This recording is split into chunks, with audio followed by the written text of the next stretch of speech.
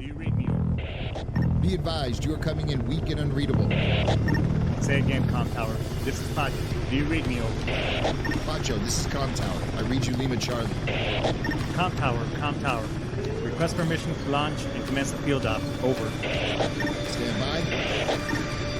Pacho, permission granted. I say again, permission granted. Roger that. Launching podcast in 3, 2.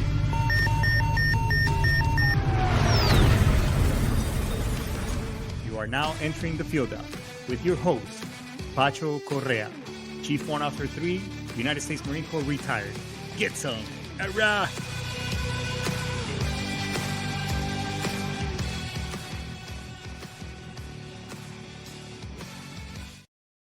Get some, hurrah. What's going on, everybody? Welcome to another week, baby Friday night's eve, but goddamn, it's almost the weekend. Oh, man, we are in some really, really weird times. I got a really good show, and I think it's something that we should definitely talk about. I mean, as somebody who is in news or out in the media, so on and so forth, and on this platform, I think this is something really important we got to talk about. I thought it was important for us to talk about this week, but let's get all the pleasantries out of the way. This show is brought to you by basically me. I mean, what I do for a living is I help veterans, teachers, service members, CPAs, business owners, no matter what, where you're at on the spectrum. It does, I can help you put strategies together so that you can achieve your financial goals. What does that mean? Well, maybe you want to buy a house. Maybe you want to send your kids to college. Maybe you're getting out of the military and now you're transitioning from single group life insurance, SGLI, onto what is that they have in the private sector. Maybe you want to buy a house. Maybe it's your first time home buyers and you want to put some serious strategies that could get you there. Regardless of where what the goals are, I can help you hit those target points. Let's just have a quick conversation. It'll take about 30 minutes, sometimes more, a little bit more, depending on how many questions you have, but it's just a conversation. I promise you that after you leave that those 30, 40 minutes, you're going to be not only more educated as it pertains how to implement strategies and with your finances, and you'll also walk away with tangible information that you can share with your family. I promise I will not waste your time. So let's just have a conversation. There's no commitments, no nothing, just a quick conversation and education. So that way, I mean, I think you're worth it and your financial future is worth it. Don't you think so? Okay. And also, we advocate here at the show as well in regards to putting in for your VA claim, putting in for, you gave 20 plus years or however many years of your life to the military and to this great nation of ours. Well, why not put in for your claim and have somebody assist you? I can help you with that.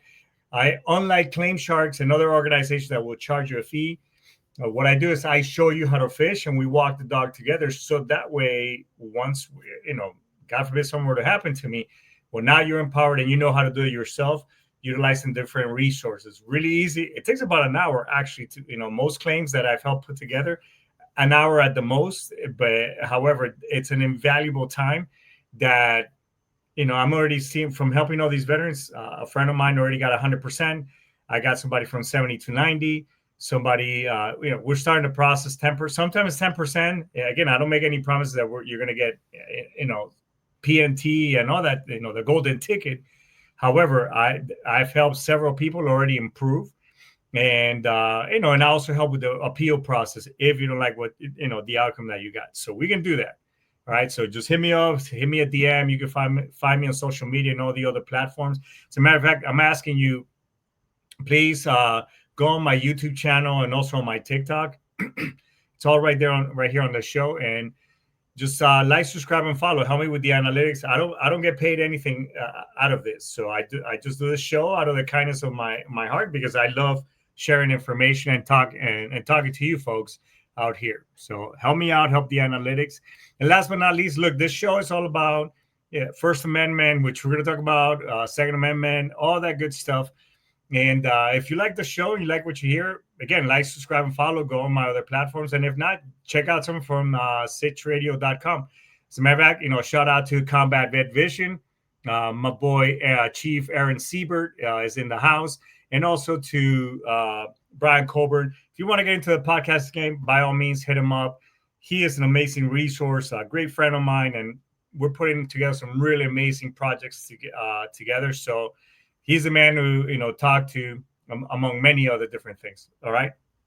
So that's pretty much for all the pleasantries. Let's let's talk about this. So what's been going on? First of all, I want to acknowledge a minute in for Charlie Kirk, and and just everything that's been going on lately. So if you could just please join me on a minute of silence, I would greatly appreciate it.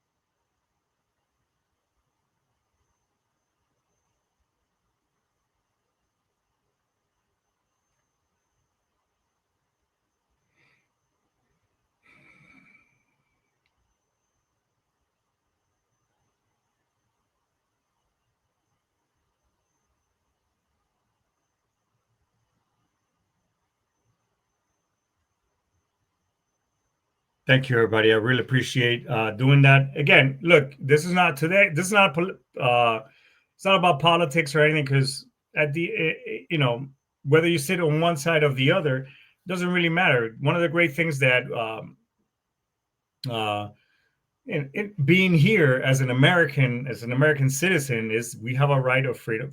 We have all these rights that we take for granted, and we can agree to disagree. I am a proud Republican. I was been. You could call me a conservative. I have my own personal beliefs, but I don't infringe those upon you. We can agree to disagree, and there's no. I mean, there's no I guess no qualms about if I'm using that word correctly right now. I have friends who are Democrats, who are liberal. It doesn't matter. We can have a conversation. Some of them may not.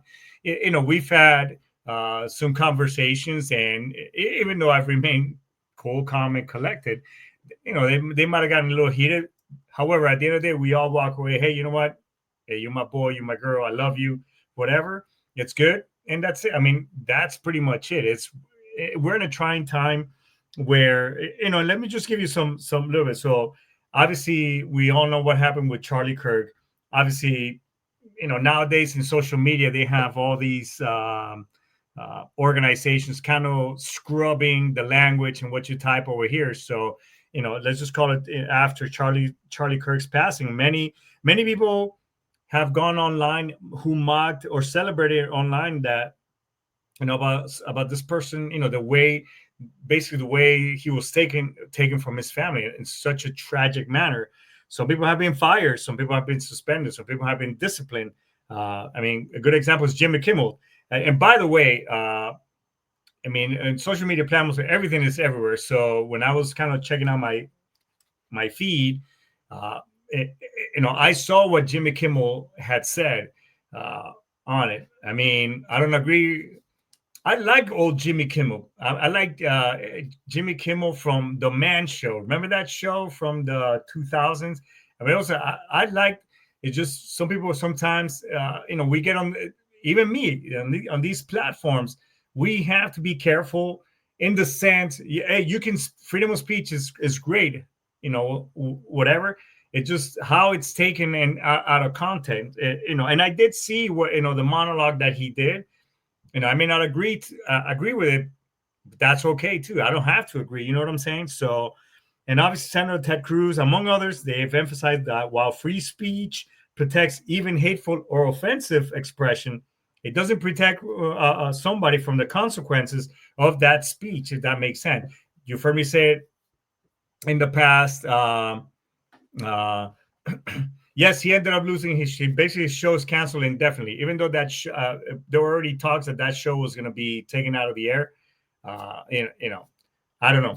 So again, you've heard me say it in the past in the show. Even folks like the KKK, or they can, it's their constitutional right that they can gather. So as long as it's peaceful, not infringing upon anybody, they can. Again, it happened. I mean, but they're covered. We don't have to agree with it.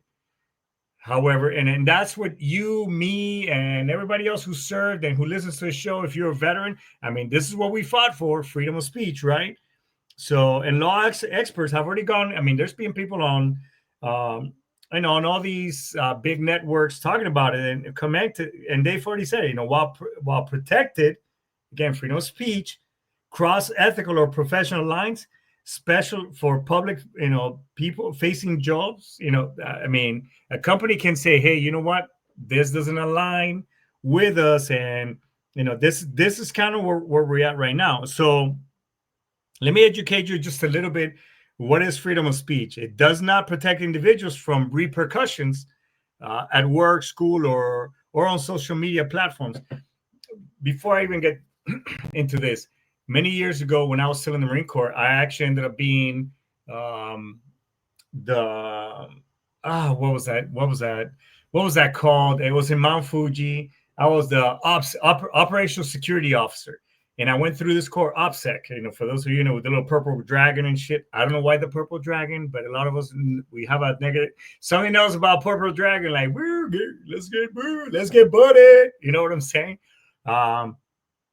However, so operational security, one of the things that they harped on us on there is, and because I had to scrub social media accounts, not so much for what they were posting, but it just things that, hey, we're at this grid, oh, we're here, and when you deploy to Iraq, hey, you're posting all this kind of, all this kind of, like grids and where we're at. Oh, we're deploying to Iraq, and we're going to be here. We're going to be patrolling because the enemy is out there looking for this information, and they have. And it's, if you don't believe me, I'm telling you, organizations, the bad guys, they are a lot of the stuff nowadays is done through. They have people combing social media, all these things, analyzing and gathering intelligence. That's the first now where everybody puts their shit.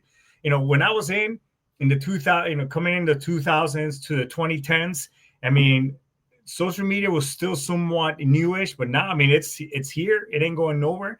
And let me tell you, the enemy goes through that shit. If you don't believe me, I mean, a lot of us have been scammed already through, and including me, and hacked and all that shit. So, and that's another story for another show. So let me just, so to get back is that now DOD, they have a department and they scrub all social media accounts. So, and again, when you raise that right hand, I do solemnly swear to protect all enemies, foreign and domestic. You know that the oath, it's not that you're giving up your right as a soldier, as a Marine, or as a citizen. However, you are representing that organization, just like you're representing another, your civilian job, whatever the case may be. So, but let me just break down again. That doesn't, getting back to the subject, that doesn't, just because you can say something doesn't mean you can't, and us as service members, we can't talk shit about, you can't talk shit about your commanding officer. You can't, you just can't, how are you going to be, seem as loyal if you're going on social media or even talking out loud about your commanding officer? That just shows this, not being loyal. It's just so many things, man. We can really peel the layers on this topic tremendously. So let me just give you some talking points. So about breaking down the myth that freedom of speech means freedom from consequences. Because a lot of us out here, even some fellow veterans, because I'm on social media. I got to look for stuff to talk about. And I see vets and people talking, this, I'm a veteran. Dude, shut the fuck up. Okay? So the constitutional primer, the First Amendment prohibits the government from censoring speech. We all agree on that, right? It does not protect individuals from consequences at work, school, or on social media platforms, right? So there's a lot of misconceptions out there right now. people scream, "Oh yeah, First Amendment, First Amendment." However, if your platform gets taken away or whatever, private companies have their own code of conduct. Now, when you get, I worked for an organization proud of leaving the corporate world, and thank God. And by the way, if you want to leave your corporate job, or you're looking for a side hustle, or you're a veteran and you don't want to, go to corp, hit me up. I'm high. Our office is hiring. We're expanding. It's an amazing opportunity. Let's just have a conversation. Hit me up on the DMs. So, but companies, and a lot of us don't take the time to read that employee packet, because it's in there. I'm telling you, there's code of conduct, especially if you work for a big corporation like Raytheon, like Heiko, all those. You gotta read. Take the time to go in there. Use ChatGPT. I don't give a shit, but that's how they get you. Okay, and from a veteran's perspective, I raised my right hand to defend the Constitution, and most of us with that freedom comes through. Most of us should understand already that with that freedom comes a lot of responsibility. For my Spider-Man nerds over here, that's what Uncle Ben told Spider-Man or Peter Parker, right? So, for example, like Kirk's death. That's the most recent example. There's a lot of celebratory or mocking posts. Protected, yes. But many employers fire suspended people who posted that shit. I on TikTok, and among others, it's just, man, some of these people are just, how can I fucking mean, man? Jesus Christ. Absolute zero compassion, whether you agreed with the guy or not.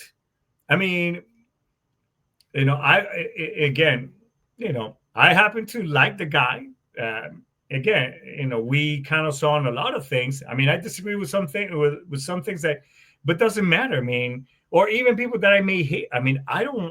Jesus Christ. And even the way this guy was, in front of his family, I'm just saying. And then when someone says, I hope more like him, are taken, I don't want it. It's not illegal speech, but it's also not something employers or schools are going to tolerate. You know what I'm saying? So us as veterans. And by the way, I also had somebody, a family member come. Oh, well, well, I don't know what, with your, I can't believe that you support, this administration, blah, blah, blah, whatever. Hey, look, I respect the president. I respect him. I did vote for the guy. It's no fucking secret. There are a lot of things I may not. There are times that I may disagree with the guy. Heck, I didn't like the last office, but I didn't want the guy to fail. You know what I'm saying? I didn't want the guy to. If the leader of the free world, fails, that's, you might as well go to the armory, issue out your M16 fucking fixed bayonets and start sharpening your E-tool, because shit is gonna go sideways. You know what I'm saying?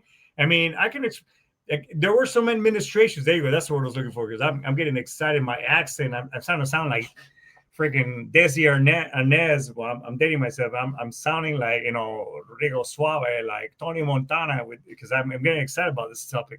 But it's important that we gotta talk about, right? So again, look, we've all we may disagree, getting back to the point, but you also live in a life where what you say and what you say and do, there are consequences, and it carries weight. You know what I'm saying? So in the military, that was called integrity. In society, it should be the same. Shit, So we have to make stuff happen. So what does this mean for us veterans and a different mindset? There are consequences. Cases. People are getting fired. Jimmy Kimmel, his show is indefinitely canceled. By the way, if you haven't seen that, I highly recommend that, so that way you get a little bit more content. Because I'm not going to sit here and promote the dude. Promote me, shit. You know what I'm saying? So, but our actions have consequences. One thing that they used to teach us, and as you get more senior in the enlisted ranks after sergeant, pretty much. I mean, one of the things that you're taught at sergeant's course, the staff academy, warrant officer school, or TBS, the basic school, whatever, is that your actions have consequences. So that's why a lot of commanders, when we are creating a 5-paragraph order, for those of you who remember what that shit is, or you're providing these products for your commander, because your commander, or if you're that guy in that hot seat, you got to make, so you provide them with 3 courses of action, 3 COAs per section. You have logistics, you got operations, you got intel, this, that, sir, based on this information, here's 1 COA, 1 course of action, blah, blah, blah, right? And that guy is going to make it based on that information. That individual is going to make, okay, hey, we're going to go with these actions, because good, bad, or indifferent, whatever happens out in when you're snooping and pooping, executing this thing outside the wire, pretty much people's lives, not only from your team, from the soldiers, Marines, whatever, executing that mission, there are going to be civilian casualties as well. And that individual who made that decision has to be good with it. Now, please don't take this out of context in the sense that, he's being called that, about killing and blah. No, I'm just saying that all those things, those repercussions, and we can cite many examples, Marines doing dumb shit in deployments, airmen, soldiers, whatever, and commanders getting fired. Why? Because not that they allowed or permitted that. It's just that that's the burden that you carry as a leader. That's the point I'm getting at. So there are consequences with our actions that, that are going on right here. I mean, and now, I mean, the lines are very, I mean, for the last I don't know, going for the last 9 years, the lines have been, it's no longer a line on the sand for division, because we're very divided. I mean, you might as well call it a fucking brick wall. I mean, that's how divided we are right now. I mean, and then this is very, it's distasteful. What is distasteful and offensive versus this is illegal speech? And again, going back to, if you get down to the basics, while you may have a right to say things, I mean, let me tell you, and I quote Charlie Kirk, this is the only country that people hate it and don't want to leave it. I mean, that right there should tell you something. And let me tell you, I'm an immigrant myself. I'm very proud where my heritage is from. I was born and raised in Colombia. Love the country. It's pretty cool. All that, amazing. However, I am a citizen of the United States. I serve for this nation. I bleed red, white, and blue. I will never forget my cultural heritage, where my parents came from. And I mean, I came here almost as a teenager. And I've seen poverty. I mean, like fucking poverty. People living in mud huts. I mean, there are over there. I mean, even with this day and age, I mean, you still find people like that. And then, and I just seen many different all over the world. Because I've traveled. And so the point I'm making, folks, is that, while some of you may hate this country or whatever, for whatever reason that things are going on now, using words like fascism, all these things, I'm telling you, it is not the fucking case. Because fascism, you want to talk about fascism? Italy lived through that. Obviously Germany, Chile through Pinochet, Argentina. All those in Latin America. I mean, hell, in Colombia had in the 60s, the papaya wars. You can Google that shit, people. Oh man, we take for granted so much shit, and then a lot of us forget, history, and to find the truth, and just rather than just going, oh yeah, social media, hey, this is the coolest thing right now for us to disagree upon, right? Because And all this, what does this mean for us veterans? Is that obviously it gave us a voice to the military and to the veteran communities. I mean, we're you know, we during our military training, you know, our words could spark violence or cost lives. I mean, plain and simple. Every briefing, every mission, every rule, rules of engagement emphasize discipline and intent. One of the things that when I was deployed, and the Army was very frustrated because their rules of engagement, they were so frustrating, and they were getting lit up while they were driving, doing their convoys from one area to the other, that for us Marines, and I don't know, maybe that's why that stigma follows us about, hey, us being gun happy. However, you're in a combat environment. If people are engaging with you, and the bullet counts, that we just didn't have the restrictions that they did, so much so that soldiers were losing their lives, soldiers were being injured. So the point I'm trying to make is that, the perception out there is that, oh, when you go to combat is, pew, pew, pew, and all that. It isn't. There's a lot of things that comes out, and a lot of fallout that comes with it.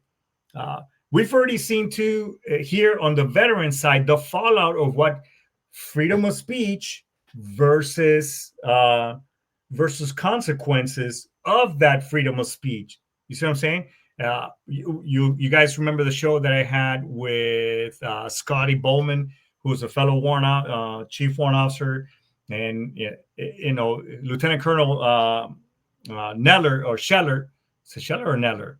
Anyways, the Lieutenant Colonel, you may recall that after the U.S. started pulling out of Afghanistan, a Marine officer, a very high-ranking officer, went and started, criticizing the leadership, criticizing the administration. And yes, that was 100% his right. However, what were the consequences of that freedom of speech, of him using a platform while in uniform and pretty much expressing his thoughts? I mean, what did it cost him? Well, it cost him his career. It cost him his retirement. It cost him his VA benefits. It cost him a lot of things.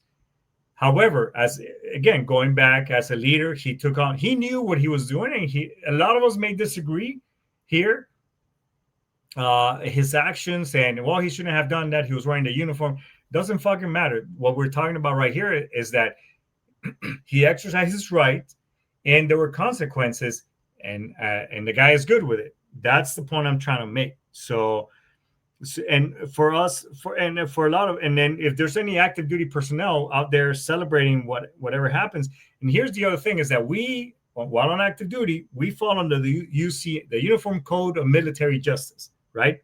Where making hateful speech or celebratory violence is punishable. And a lot of us carry those habits forward. It's just, and I pass this on to my kids.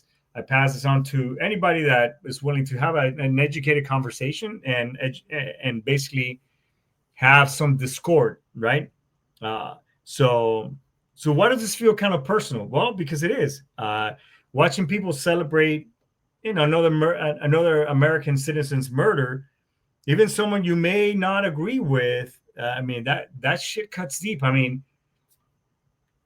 Or maybe this is maybe I'm at the age point of my life where I'm kind of aligning with my parents in the sense that, like, man, is this when this happened with Ronald Reagan? Hell, it happened with when President Trump was running for office. The dude was like by this much. Geez, in the 80s. It happened. Ronald Reagan too. And they shot the guy, and he survived. And then there was another guy too, an FBI agent, a Secret Service agent who took a bullet for him as well. It's crazy. So I'm just saying that it feels like a betrayal of basic decency, something a lot of us soldiers as a whole, because I'm just putting us all vets under that word. We should never accept it. Not or even in combat zones, we got to hold ourselves to the highest level, right? And unfortunately, civilians just don't get it. They weren't vetted and or go through or went through a process like we did, boot camp, Marine combat training, officer candidate school, the basic school, all those all those organizations and schools, that was a vetting process, instilling even, and adding more layers of what we stand for. Period. You know what I'm saying? So there's no, there's just, you just can't, when it comes to having character, you just can't shortchange yourself, especially after many, many years of of serving for this great nation of ours. I mean, there's no, in the civilian side, there's no battle buddy accountability. There's no PT for character. Does that make sense? I mean, am I getting through to some of you here? I mean, put a thumbs up right here on the comments. But that's why vets often feel like they're watching the country unravel from the sidelines. You know what I'm saying? And I just want to, and I want to get two points across right now, is that it is okay for you to, if you don't like this administration, that's okay. I didn't like the previous, and then the one, not the one in 26, not from President Trump, but the other guy. I didn't like Obama. However, I did, and I served for the, as an officer and under that leadership. I didn't want the dude to fail. Let me just get, you know what I'm saying? So, because I still support it, and I still raise my right hand against all enemies, foreign and domestic, all that stuff. So the point I'm trying to make here is that we can dislike, however, but I still, as an officer, I still had to support him. He was our commander in chief. So why would we want the leader of the world, or even other things going on right now? It's just like, man, we really. I just ask, where is the discipline? Where is the standard? If you wouldn't tolerate a junior Marine or junior soldier dying at, or laughing over the death of someone in uniform, why is it okay to accept, for a civilian? Why is this becoming the norm? Fellow civilians, because I am a civilian now, I mean, for all intents and purposes, why is this okay? That's a father that was lost. That was a husband that was lost.